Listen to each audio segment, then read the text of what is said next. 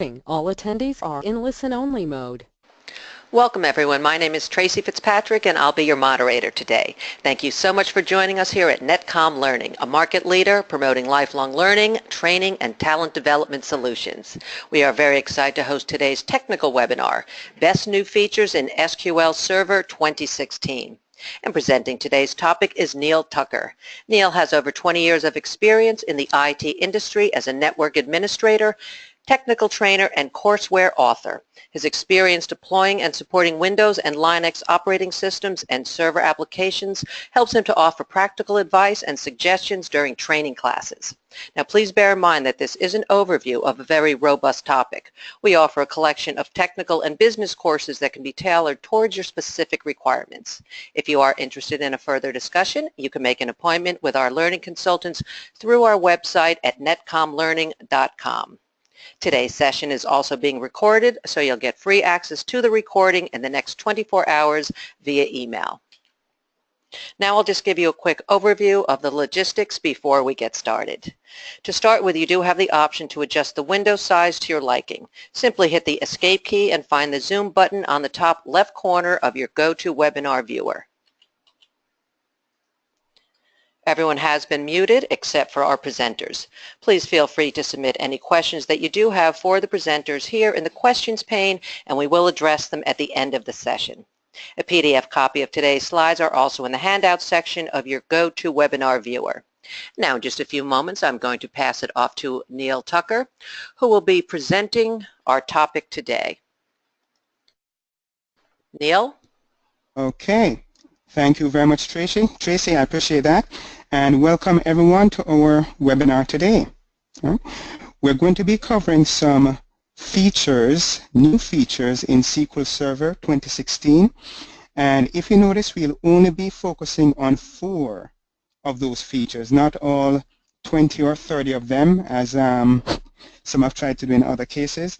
We'll explain why in just a few minutes, but we just have 1 hour to cover that information. So as Tracy said, it's going to be an overview, and we're going to try and spend at least 10 minutes giving you enough information to understand each of the features we'll be covering and whether or not they'll be useful to you. Now, before we dive into our material, Tracy did a good job of introducing you guys to the environment.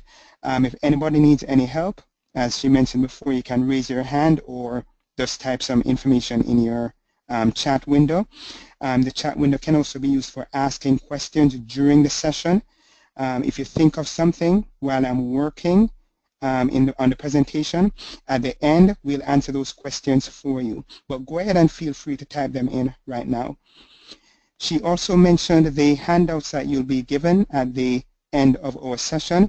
Those will also include some free material from one of the courses we'll be discussing as well.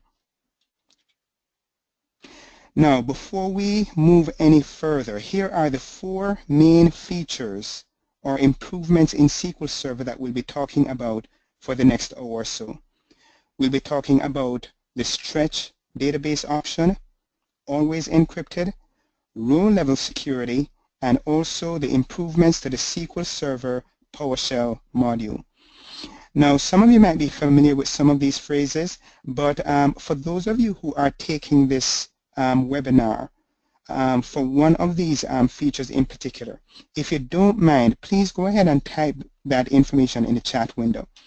So if you just want to pick one of the 4, just one that you think is most important to you, 1 or 2 of them, please just go ahead and type that information in the chat window.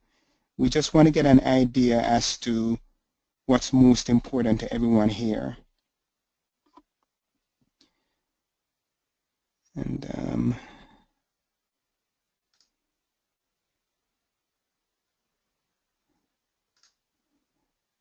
hope I'm not able to see anything on my end here, but hopefully I'll be able to see that a little bit later on. But just go ahead and do that. Just pick one of these, or if there's something else that you had in mind that you wanted to learn more about, go ahead and feel free to put that in the chat window as well, and we'll cover that a little bit later on as well. All right. Now, who is this webinar for? Of course, the topic is SQL Server 2016, so we mainly are looking for people who will benefit from that. So are you a database admin or a developer? Then this information might be of particular interest to you. What we want to do is we want to cover the features that we think might change the way that you did things in the past. Some new features just provide us a way of doing something that we weren't able to do before, right? A couple of these features, though, simply provide us a better way of doing something that might have been a hassle in the past. So we've picked 4 features that we think fall into those categories, and that's what we'll be talking about. As I mentioned before, we want to spend at least 10 minutes on each of them, and hopefully, if we have time, we'll also include a demonstration of each of those features as well. So we have a stretch database demonstration available for you, one for always encrypted, and so on and so on and so on. And as I mentioned before, at the end of the webinar, you'll be given a handout with some free information about SQL Server, including free information from course 55069A, which is the PowerShell course for SQL Server 2016. If you want to learn anything more about any of the courses that are offered by NetCom, you can go to netcomlearning.com, or since you have us right here, feel free to ask any specific questions you want right there in the chat window. All right. So here are our 4 features. We'll be diving into the stretch database in just a minute. At the end of the webinar, we'll be doing a quick synopsis of our whole presentation. And here's the main question that we want everybody to be able to answer at the end. Why should I upgrade to SQL Server 2016? What is SQL Server 2016 going to give me that I can't already do in SQL Server 2012 or SQL Server 2014? All right? We wanted to be able to answer that question hopefully by the time that we are done in the next hour or so. We'll also have a Q&A, and there'll also be an offer section at the end, which Tracy will handle for us. So let's go ahead and get started. All right? And we'll start off by talking about stretch databases. For those of you who haven't heard about this before, it's a very nice new feature in SQL Server 2016. It allows us to do something that we weren't ever able to do before. Take an existing database in SQL Server on your existing intranet environment and seamlessly and easily take some of that data and archive it into the internet. Doesn't sound like a big deal, does it? Not offhand. However, here's the interesting thing. The way that this is done, you continue to have access to that archived data as if it never moved. So the end user applications that your users use to access your data, even though that information is no longer in the local database, seamlessly and without any changes to the end user applications, they still have access to the information that has been archived in the SQL Azure database environment. Very, very nice feature. Now compare this to what we used to have to do before. Traditionally, when my database got too big, what did I have to do? I'd have to think about upgrading the infrastructure, maybe partitioning the data, taking some of my data from this server and putting it in another server somewhere. And all of that always came with some kind of caveat. Would I need to change my end user application? What modifications would I have to make to the way that other SQL servers are configured? Were there any security settings that I would have to change? And would I need to provide users another method of gaining access to historical data? Every single one of those problems I just mentioned a while ago are eliminated if you use the stretch database option. They continue to have access to all of their historical data. No modifications to security settings on the server side or client side are needed, and the way the end user accesses their information does not change, even though the data has been archived. And you have a lot of control over how much information is archived and where it comes from. You want to archive the whole database? Of course you can do that, but you can also configure stretch database on a table level. picking and choosing the individual tables that you want to archive information for. Right? And then you can also filter that information as well.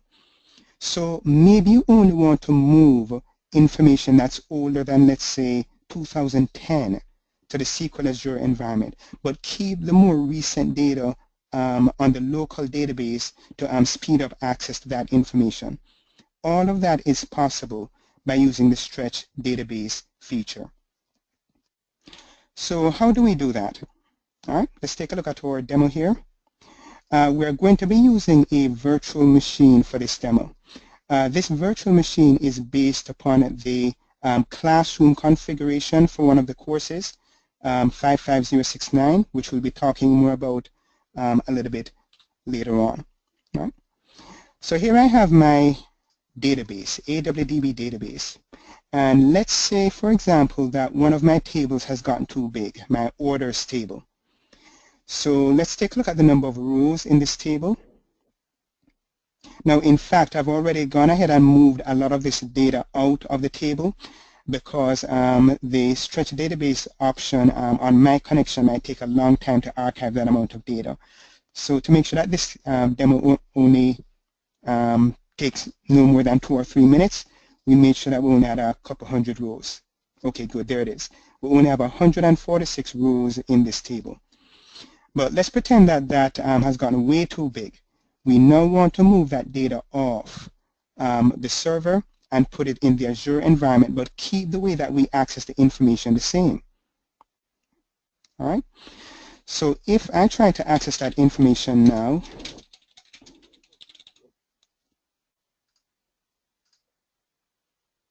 of course, there's all of my information in that table.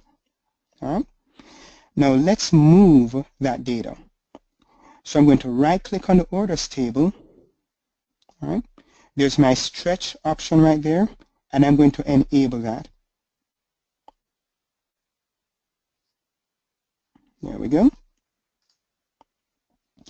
And there's a table that I want to move over to the Azure environment. It shows me how many rows are in the table, and of course I could go ahead and click Next. But notice right here where it says Entire Table, I can filter it if I want to. I don't have to move the whole table. I can choose which rows I want to archive. And I can give this query a name.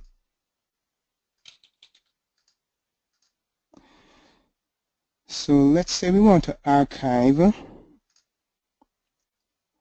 data that's before 2008.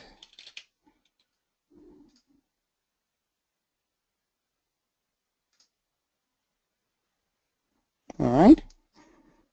So now instead of migrating the whole table, we'll only be migrating some of the data. Now, once again, to speed up this demonstration, I already did a step that is skipped right here. My connection to my Azure environment.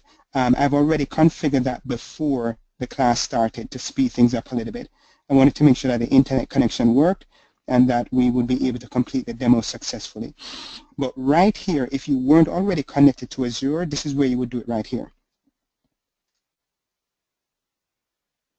All right, so I've stretched my database, and now my information is gradually being moved, and it shouldn't take too long since we're only talking about maybe less than 100 rows of data. All right, so let's do a quick refresh here and take another look at the number of rows that are still local. And if we go to storage, all right, and it still says 146, so it hasn't done it as yet. It's still in the process of doing that. Let's give it another second or two.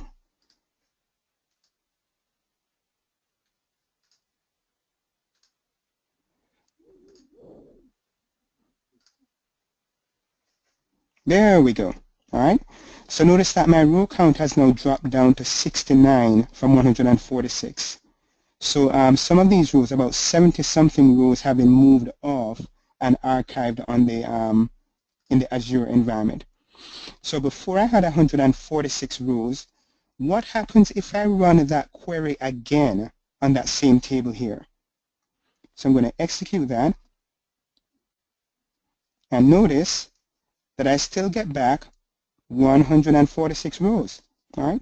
So just because I moved my data off to the new stretch database that has been configured for me in the Azure environment doesn't mean that I can't access the data. I still have access to all of my information before and after 2008.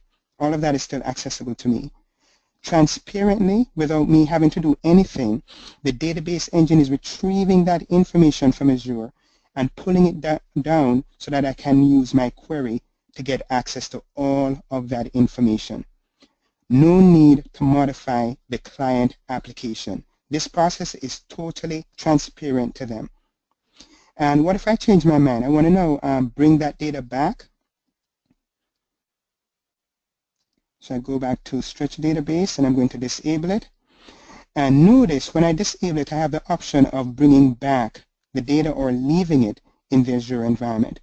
Let's go ahead and bring it back. And tell it yes. I'm going to go ahead and disable that feature. And then close.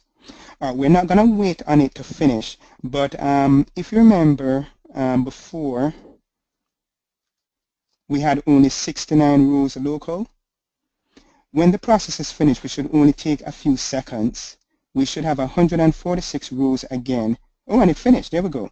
So my row count is now back up to 146. So all of my records have now been retrieved back from Azure since I disabled the stretch database option. So it's as easy as that. Relatively easy to configure that feature. Now, if you wanted to learn more about how to do this in a classroom environment, the course that you would want to make a note of is course 10986A. 10986A. That's where you would learn more and be able to actually do lab exercises where you get to practice the stretch database option. So make a note of that if you're interested in that feature. Now, another feature we're going to take a look at is always encrypted. Now, encryption is nothing new to databases, right? And in the SQL Server environment, we've been able to encrypt data for a really long time. I think going back as far as maybe even SQL Server 2005. So we can encrypt the database, we can encrypt table level data, row level data if we want to, whatever we want to do. What's new with the always encrypted feature is where your certificate information is stored. Now, why is that a big deal? Why does that make this a very big improvement in the SQL Server environment?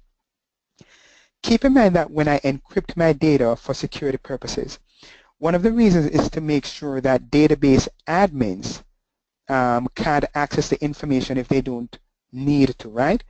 So even if I am the administrator of a database, you put data in the database that I manage, you encrypt it, you make sure that I don't have access to it. But as the database admin, traditionally, I also have access to the certificate and keys as well, which would allow me to decrypt and view that data. Traditionally, at least. There are other ways around it, but traditionally, the database admin has access to that information. With always encrypted, built into the configuration of this new feature is the ability to store the certificates remotely without negatively impacting your access, the end user access to the data. Let's take a quick scenario. All right? I'm an end user, and I'm going to be working with a lot of confidential information for end users, credit card information, medical information, whatever it may be. And I want to offsource the management of the database to somebody else. I don't want the hassle of doing that.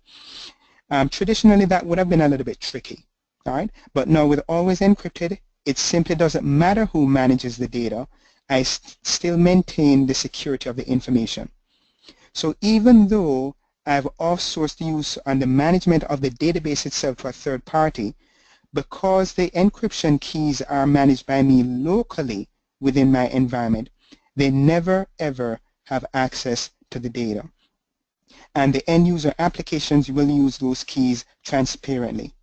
Now, where are the keys stored? You can store them locally as a part of the person's profile on the machine. You can put them in a centralized store within your networking environment. And Azure also has features where you can store these keys separately from the database as well. So it doesn't matter where you want to do it. If you simply want to do it ad hoc on the end user machines or within the applications, that's okay. If you prefer centralized management of it, then Always Encrypted allows you to configure all of that as well. And remember, here's the key part. Here's what makes it work so well. The master keys are not stored in SQL Server. The database admins do not have access to the data. They simply manage the data. They don't have access to the actual information itself. The keys are managed by the end users and whoever manages the applications that are developed for that purpose. So how would you implement something like this? Actually, it's pretty easy to do. So let's go ahead and do our second demonstration. Going back to our trusty virtual machine here. All right. And what we want to do is we want to work with our credit cards table this time. We want to protect credit card information in this table. Now, let's first of all make sure that we have access to that information. So we'll do a query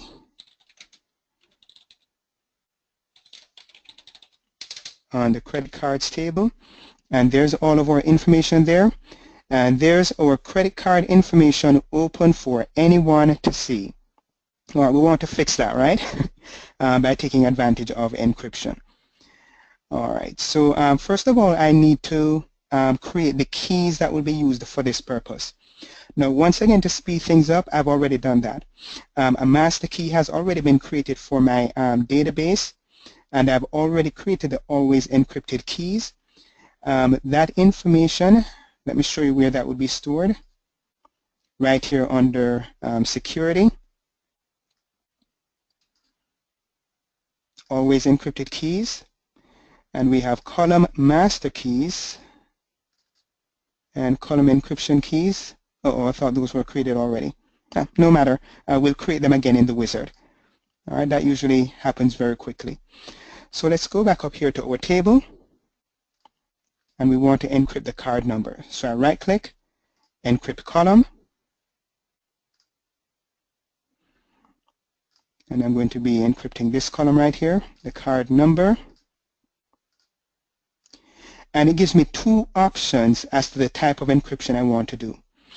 If this information is indexed and made a part of other operations like join operations and so on, you want to take advantage of the deterministic encryption type.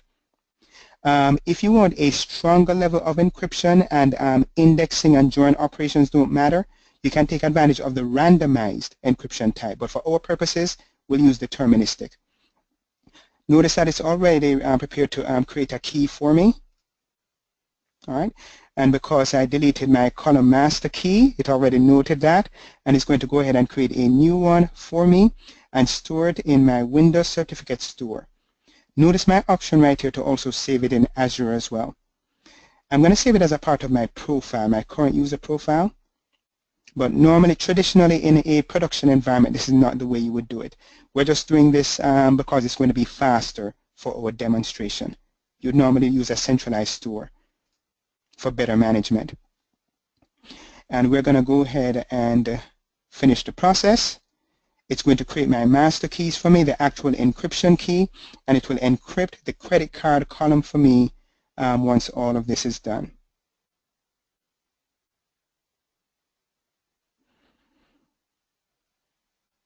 And we'll give it a few seconds to finish here.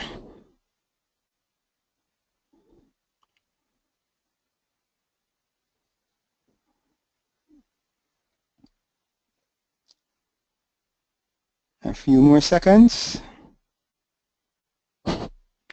Okay, while it's finishing the encryption of that column, it shouldn't take much longer. Another thing to keep in mind is that, as we said before, the end user applications that use this, they can take advantage of this transparently. All right? The drivers that are used by the applications can be configured to automatically go to the appropriate certificate store to retrieve the encryption keys on the client machine where the application is. All right. Remember, the keys are never stored in the database. They are managed in another location that you would choose. So we close that, and let's go ahead and check our data again, and voila. All right. Notice that even though my key was used to encrypt the data, by default I don't have access to it. So notice my credit card column, all of the information is now encrypted, right? These are not the real credit card numbers. These are the hashes after the information has been encrypted. So what I would do after this is I would create an end user application and use that key that was generated before to access the data. Now, just to show you that it works, we don't have time to build an application. What I'm going to do is I'm just going to tell this query window to use my encryption key. And this is a good way for a database admin to also test this feature very quickly before building an application, just to make sure that the keys are working properly. We're going to change the connection settings for the query window, and we're going to add a connection parameter for column encryption setting. And we're going to set this to be enabled, and once I do that, it will start using my keys. So notice we're going to go from this to this. We can now see it because it's using my certificate in my certificate store to now view the data. All right? All right, so that's a great feature if you want to take advantage of protecting your data and even do so from database admins, especially if these database admins are not a part of your organization, if you've outsourced that functionality. Now, what if you wanted to learn more about this particular feature and actually practice it in a classroom environment? The course number that you want to make a note of and learn more about would be course number 20764A. 20764A. You'll get to learn more about Always Encrypted and also do lab exercises where you get to learn more about that as well. All right.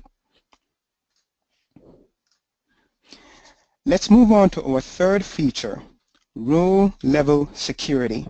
All right.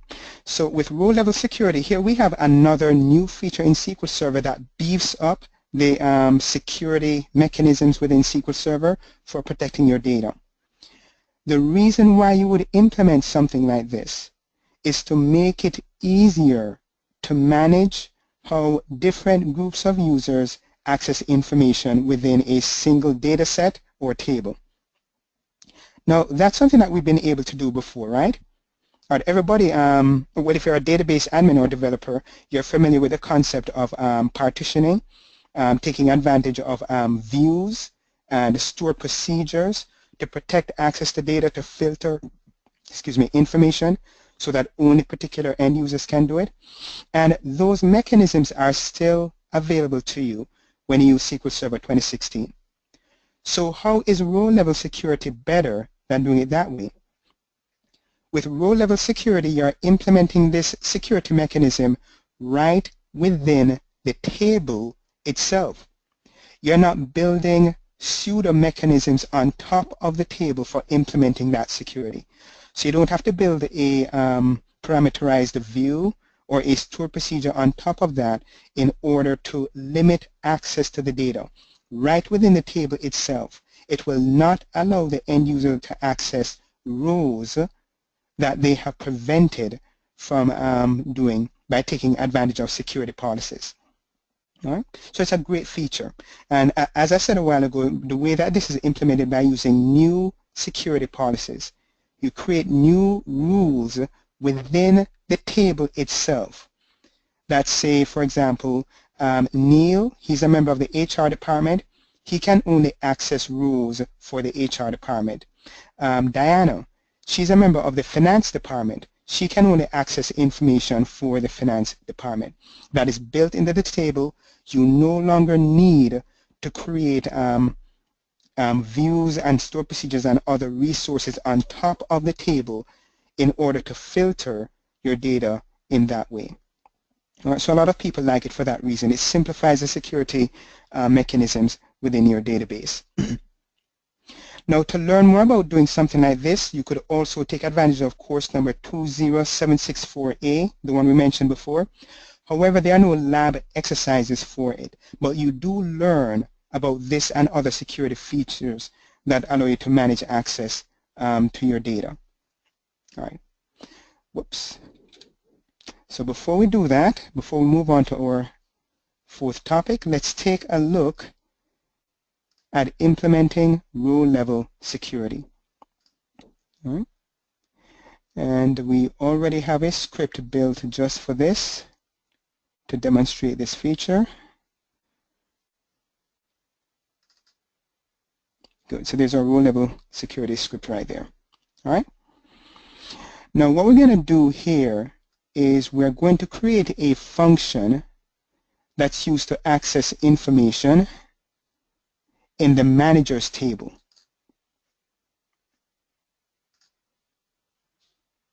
There we go. All right, good. So we're creating a function called manager security. Whenever I try to access information in this table, it will not allow me to see the information for people that I don't manage. So I'm manager number one. I manage Tracy and John and Neil.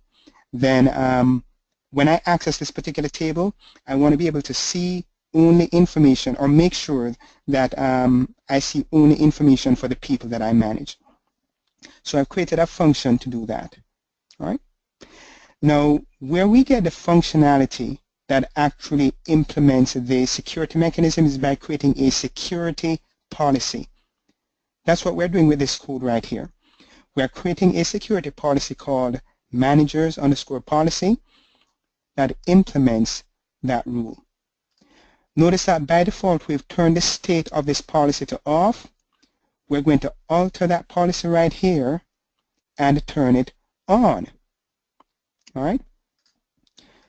So let me show you what happens now when we try to access that information in the managers table. Now, I'm an administrator of the environment, of course. So if I do select asterisk from managers, of course, I should be able to see that data, right?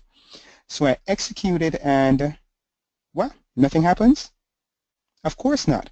I am not a manager in the managers table. All right, so even though I'm a database admin, that security policy is preventing me from seeing any of the rules in that data. All right. Now, what if manager number one tries to access that information? Then he can see the information in there. And notice he sees only the information for the people that he manages. Same thing with manager number two. All right, he sees only the information for the people that he manages. So no matter who I am, if I try to query information in that table, I will see only the rules for the data, for the information for the end users that I manage. And if I turn off that policy,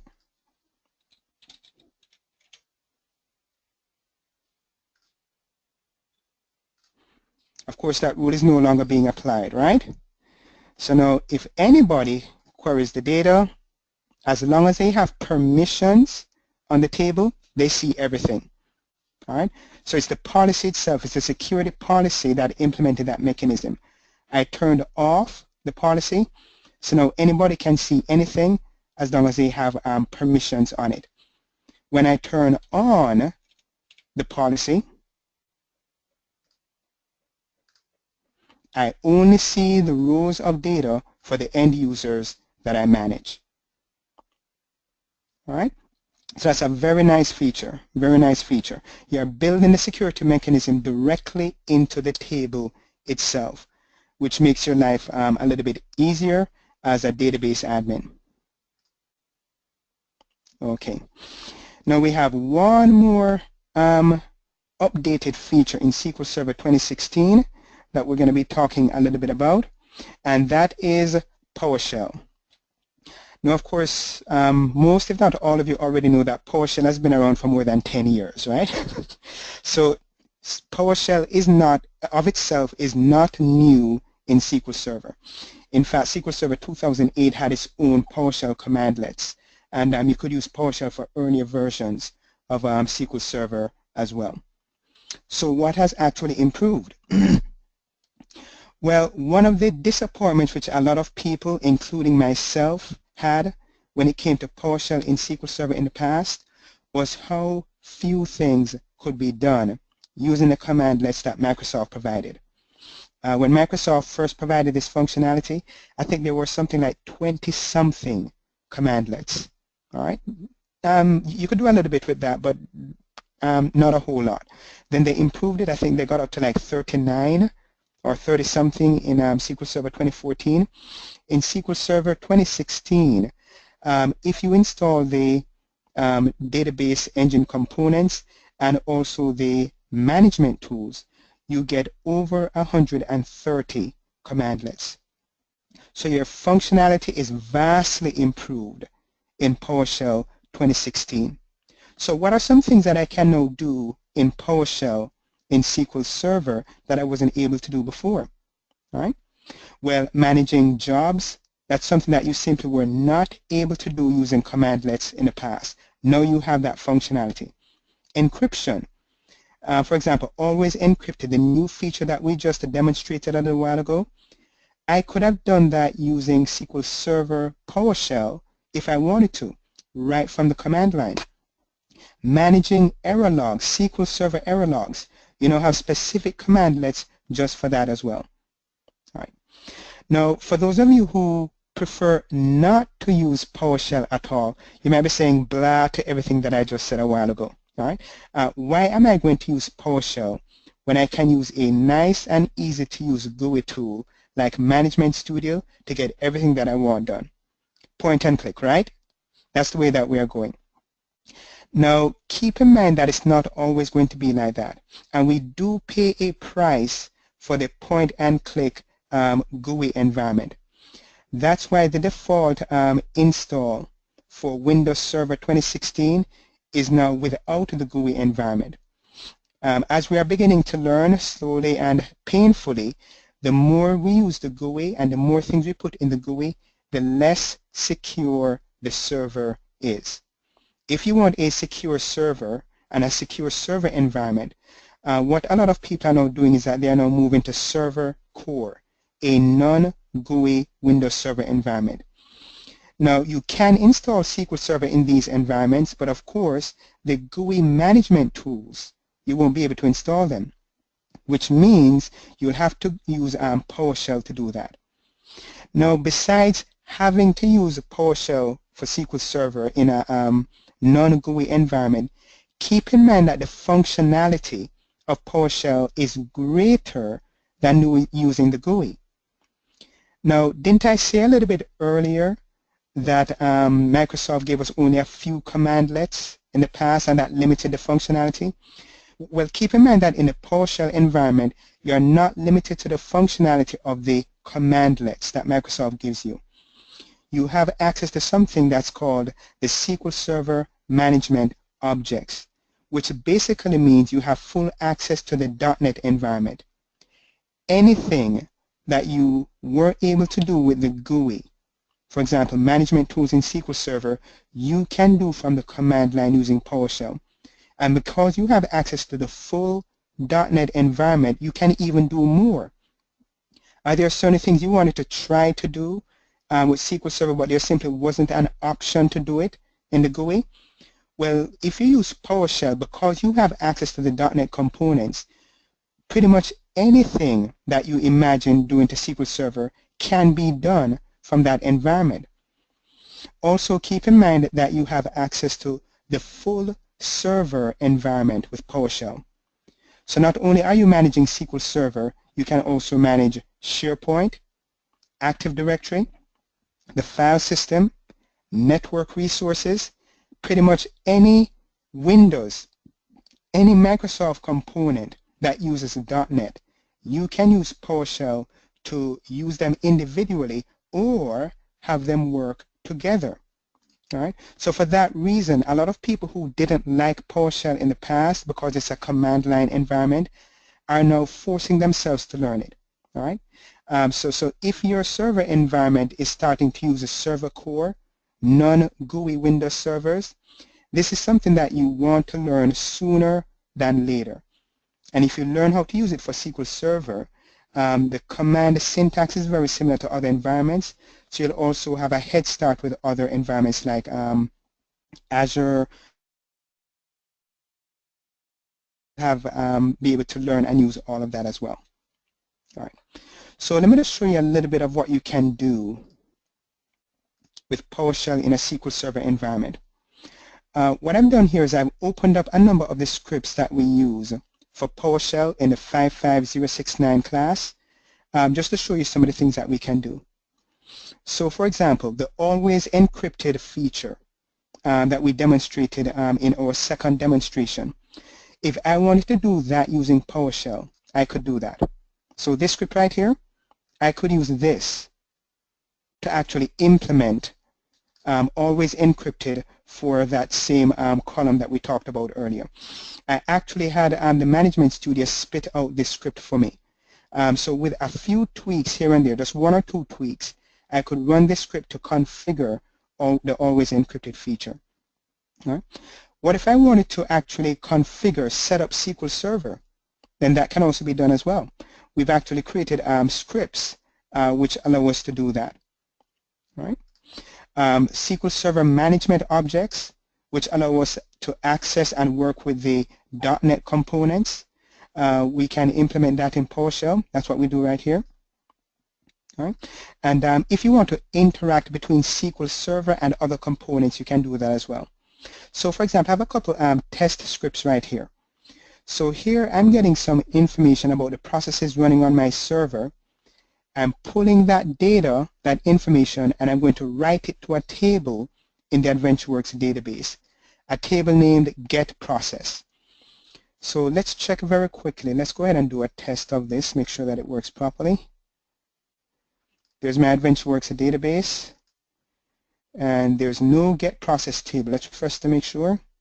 All right.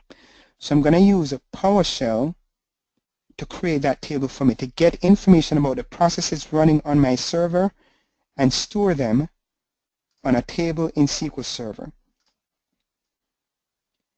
So I execute that.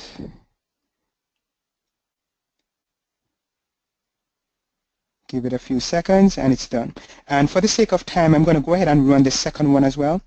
I'm creating another table here called get event log. That's doing something similar. It's pulling information from the event logs on the server and storing that information in SQL Server. So I'm actually going back and forth between the Windows Server environment, the file system, and the SQL Server. Yeah, as we mentioned before, with PowerShell, you can move seamlessly between any of the different components in your Windows environment, and even non-Windows. Keep in mind that .NET, Microsoft is now making .NET components available on Ubuntu Linux machines. So we're going to be going beyond Windows with this functionality very soon.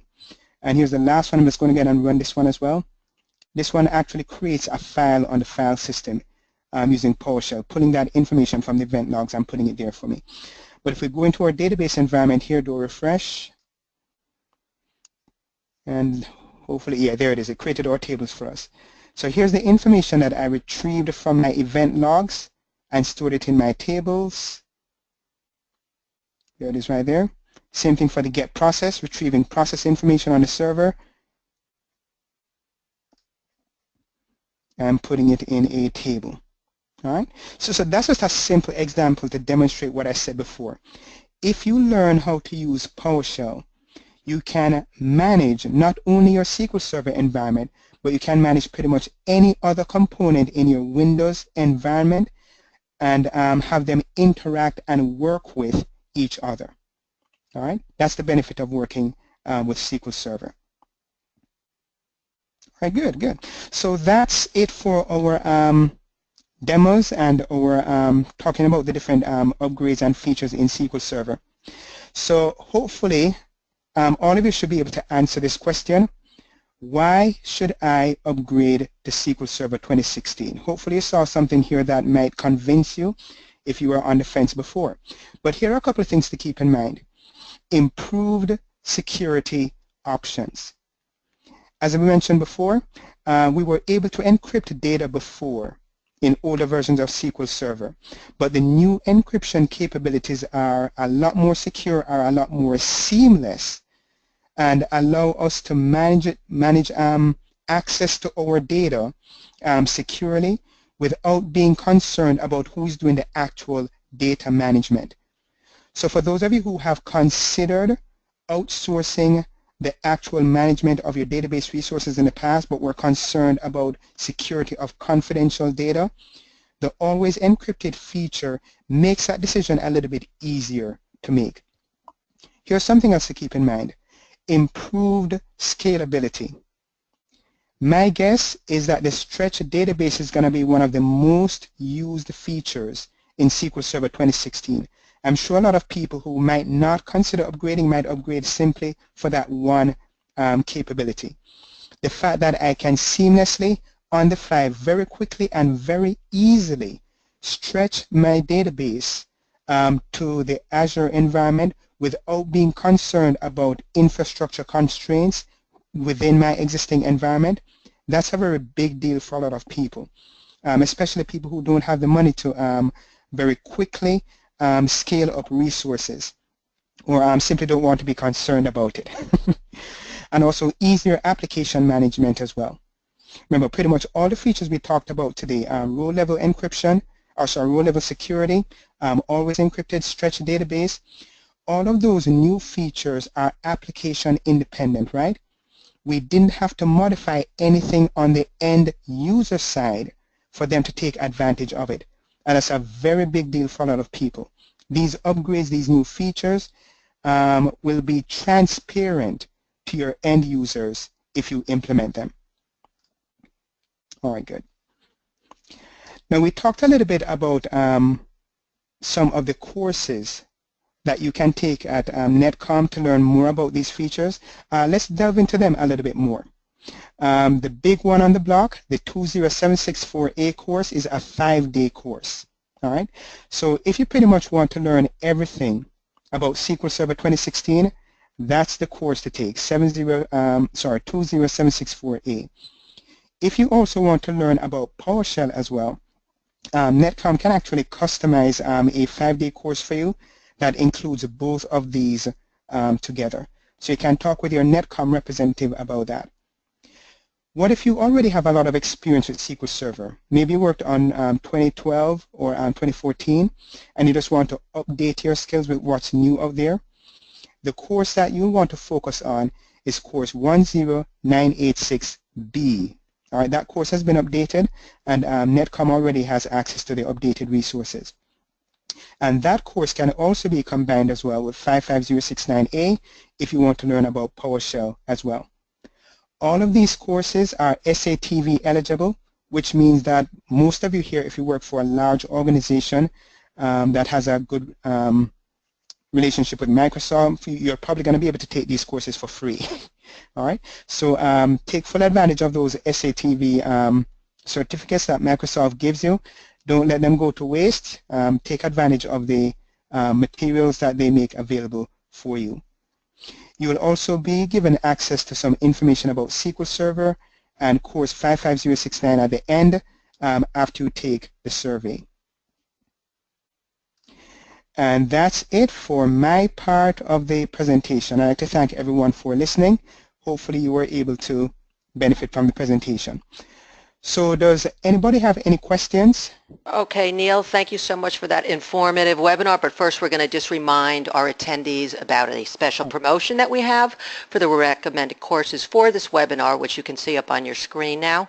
You simply disenroll yourself for any of the courses mentioned on your screen and add 15% to your savings. And keep in mind this offer is valid until November 15th, 2016. And in addition, we have a lot more informative webinars coming up, so please go to netcomlearning.com/ access webinars in order to register for this. And we want to remind you all to like and follow us on our social media pages to get the latest technology updates, and you can check that out, our links in our GoToWebinar chat window for the links for Facebook, LinkedIn, Twitter, and Google+. And now we are going to launch a quick poll. We would appreciate if you could all fill that out quickly before the seminar ends. And now we are going to go to some of those questions. Neil, first question comes from Nadia. She would like to know, how does SQL 2016 allow us to use our language? Oh, that's a really interesting question, Nadia. From the documentation I've read, I haven't heard of any specific improvements to the language features in SQL Server 2016. I could be wrong, but I haven't seen anything specific about any language improvements. Nadia, can you be more specific as to what kind of language improvements you were looking for? Now, she would have to type those into us, so that will take a little while. Oh, okay, okay. So let's go to the next question, see if she is able to get back to us. Angelique would like to know, how do you authenticate a table to set up specific security rule for that particular table? You would have to create a security policy for that, which actually isn't very hard to do. If you saw my demonstration, I was actually able to do it within that single script to create the security policy. And what I did basically was just use one of the columns in the table to verify the identity of the person who was connecting. So it's pretty straightforward. It's just 2 or 3 lines of code in the security policy. You can also create it graphically using the Management Studio as well.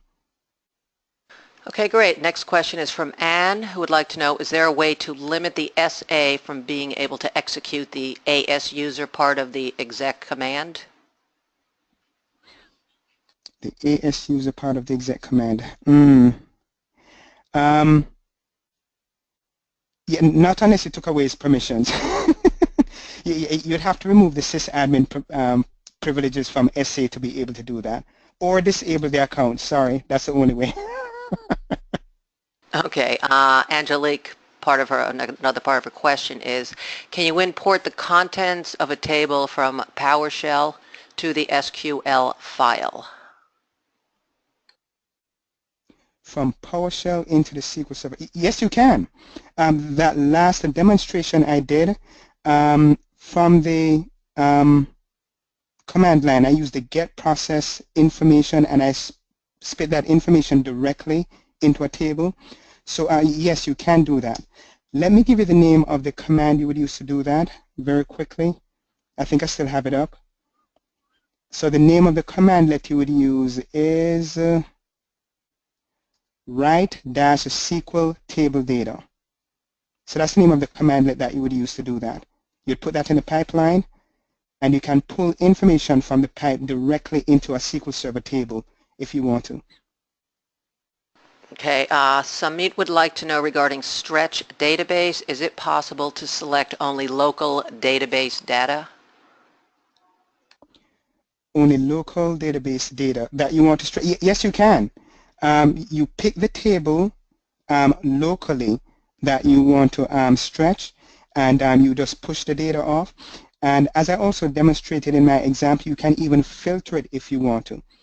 So if your table, for example, has 10,000 rows of data, and you only want to stretch 8,000 rows of it, you just put in the appropriate filtering parameter, and you're good to go. But the quick answer to your question is yes.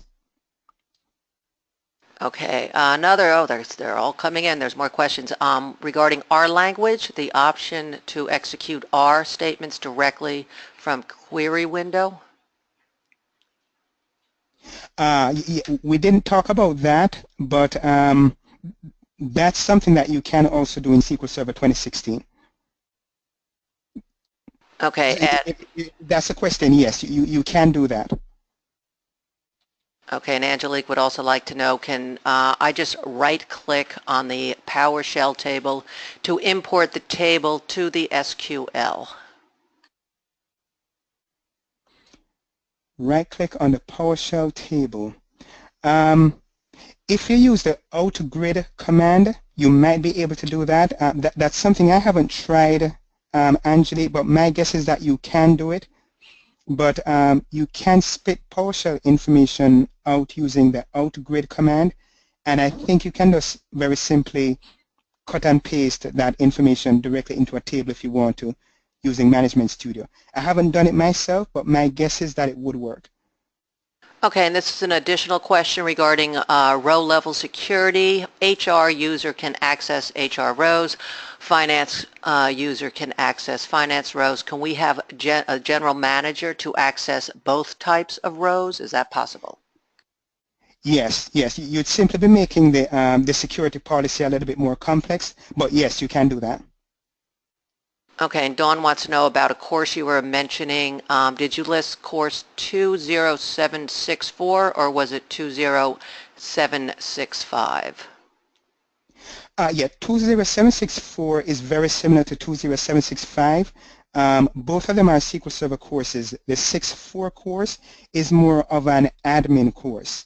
But the one that NetCom is giving you a special on today is 65. That's more of an implementation course.